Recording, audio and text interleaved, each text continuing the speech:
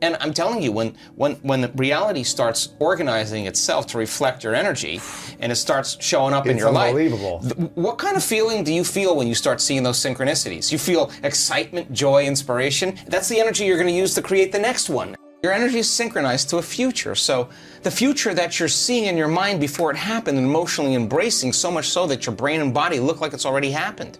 Well, if it looks physically like it's already happened, relax, because it's going to come to you. So then people in this work do the work every day, and that's the thing I'm the most proud of, not because I want them to do it out of obligation or to please God or do the right thing or whatever else, whatever the programs have been for thousands of years. They don't want the magic to end. They just like, I don't know what this is, but I'm having these incredible lucid moments.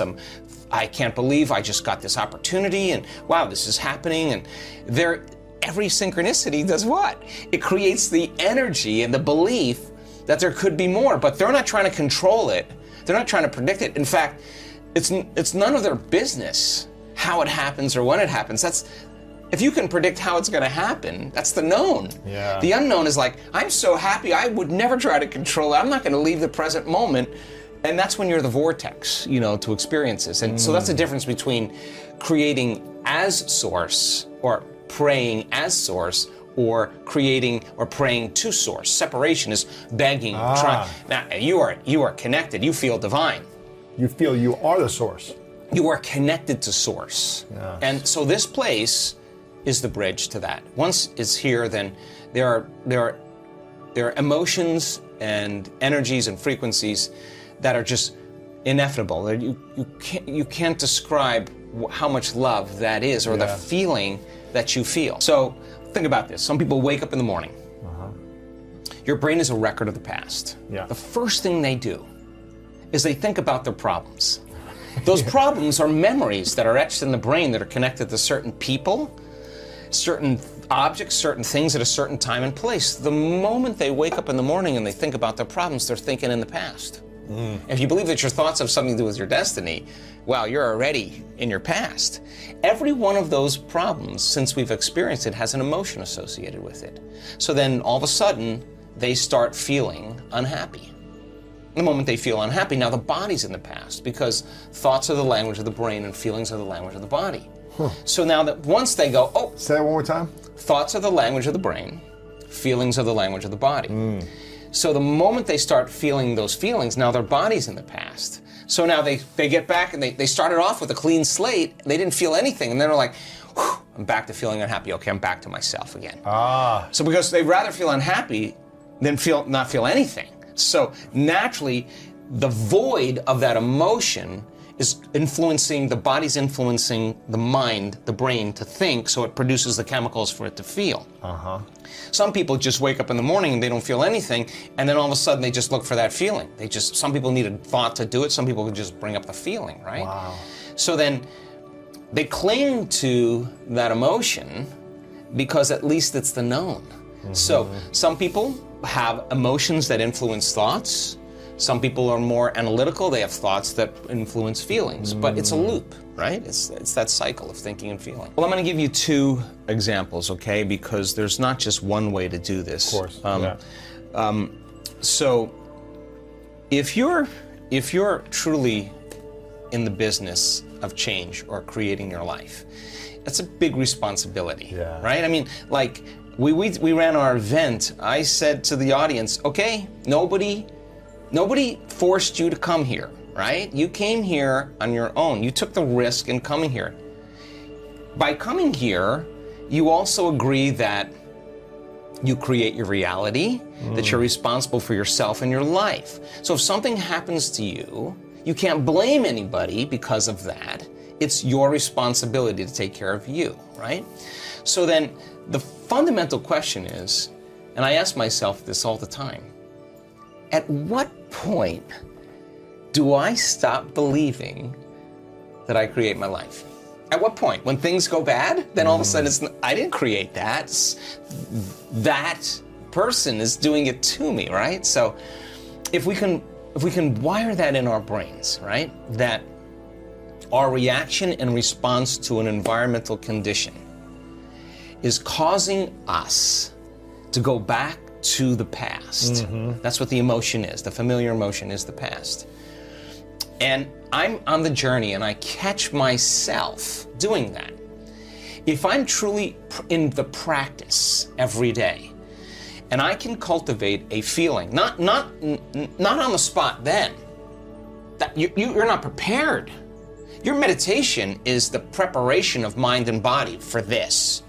So I don't get up from my meditation until I'm in love with life. I don't create anything that's going to be unlimited until I feel unlimited. Until you're in that space. And if I'm practicing feeling unlimited every day, I'm connecting to the emotions of my future, I'm out of the bleachers and I'm on the field. If you're in the bleachers and you're trying to not react to people in circumstances, you don't have the practice or the skill set on how to create that emotion because you haven't been practicing creating it. And why do we close our eyes and do it? Because the environment is so seductive. Why do we sit still and not move? Because you're going to want to get up and pee and eat and have a cup of coffee and feel. So now you're telling your body, hey, stay. I'm going to feed you. Yeah, you're going to take a shower. You're going to get coffee. You can play with your cell phone. Right. You can text. You can talk trash. You can do anything you want. But right now, you're not the mind. I'm the mind. And you're going to sit and stay till I'm done. And when I condition you to the emotions of the future, and I get a very clear image of who I'm going to be this day, and I'm not going to get up until I feel that way, I guarantee you're going to come up against all those unconscious thoughts. They're going to come up right there. I want them to see it. I want them to become so familiar with it, so conscious. If they wouldn't go unconscious, they wouldn't let that thought "I can't" ever slip by their awareness unchecked. They've done the work in the beginning of the day. They suppress those circuits in the brain, and nerve cells that no longer fire together no longer wire together. You're breaking down the old personality. And so you say, your body wants to get up. I got to pee. I want to have a cup. I want to check. And you watch your body want to get up, and you go, hey, stop. Get over here. You get back into this present moment, and every time you do that, it's a victory. You're executing a will that's greater than an unconscious program. And most people lose their free will to a program because they do the same thing today as they did yesterday. Their body's on autopilot and it's dragging them into the same future habitually based on what they did in the past. So now you're sitting there and it's just a little uncomfortable and you want to quit and your body, and you go, no. And you get over here and you bring it back. Now some people say I can't meditate, but really they're actually doing it right. That's a victory too. Yeah. And then you do that and you start watching how you're training your body back into the present moment. Then your body says, well, you know, Lewis, it's 8:30 in the morning. This is usually when you watch the news and throw a tirade and get angry. Right. And you're sitting here with your eyes closed and you're off schedule. So why don't we just get agitated about anything? So the body starts trying to create images in your mind. So you remember your ex, you remember your problems, so you could feel that agitation. What if you watched your body do that and you said, no. I'm not going to give my power away to the past or that person or that circumstance in my life. You get that body back in the present moment. You lower the volume to that emotion. That's a victory. You're telling the body it's no longer the mind, that you're the mind. Now, that kind of work is tedious in the beginning, but I watch people because when I have them do that, it starts stretching their boundaries. Mm-hmm. The known self, that little box, starts to move into the unknown and they survive. And all of a sudden they're more relaxed in the present moment, the unknown. And they start feeling more satisfied. So now they're more ready to create. So the preparation for the day is to remind yourself of who you no longer want to be. To know thyself, to become so familiar with, the word meditation means to become familiar with. So conscious of your unconscious programs, you're not going to go unconscious. Why? Because you did battle today with that personality that's creating the same personal reality. And if your personality is made up of how you think, how you act, and how you feel, and you want to create a new personal reality, then you got to change your personality. And that's going to mean then you're going to become so conscious of those unconscious programs that you're no longer the program. You're the consciousness observing the program. Disentangling from that is not easy.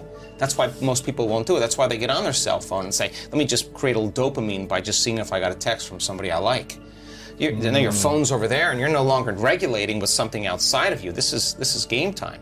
So then if you said, what thoughts do I want to fire and wire in my brain? With my attention and my intention, I'm going to make that the loudest voice in my head. And if you keep firing and wiring, that hardware is going to become a software program, and it's going to be a new voice. Right. You installed it. No magic there. And if you said, hey, listen, I sucked yesterday with my staff meeting. I was off. I want another shot at it. How would greatness show up? The School of Greatness. Yeah. How would greatness show up for the staff meeting? I got another shot. I got 10 fingers, 10 toes. I'm alive. My heart's beating. I didn't fail. I got another shot today. All right. What do I know about myself that I can do?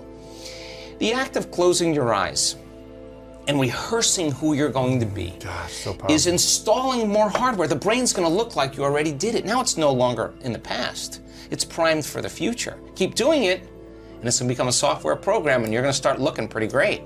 People are going to go like, wow. Feeling great. You're going to demonstrate greatness.